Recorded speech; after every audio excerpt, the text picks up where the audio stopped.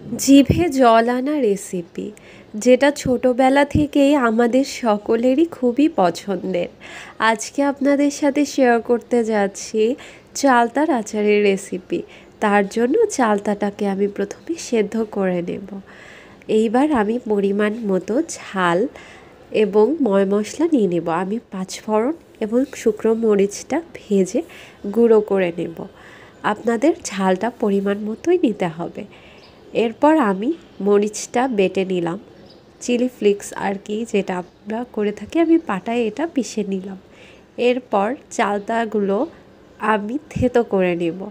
এতে ভিতর পর্যন্ত ঝাল, মশলা, লবণ সব কিছু খুব ভালো মতো ঢুকবে এবং খেতেও খুব সফট হবে।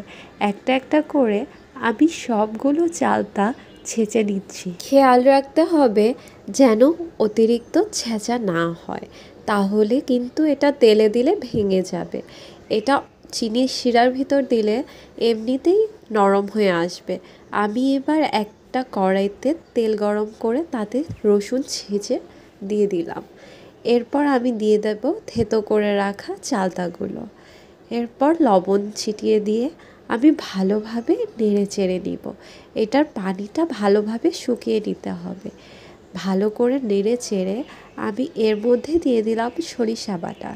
এটা আপনারা না দিলেও পারেন, যেহেতু আমার খুব পছন্দের তাই আমি দিয়ে দিয়েছি। এরপর সামান্য হলুদ দিলাম কালারের জন্য। এরপর দিয়ে দেব পরিমাণ মতো চিনি।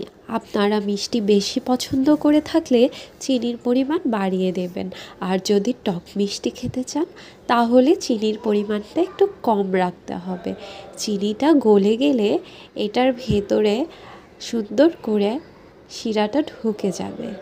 চালতার ভিতর শিরাগুলো যখন ঢুকে যাবে তখন এরকম সফট হয়ে আসবে।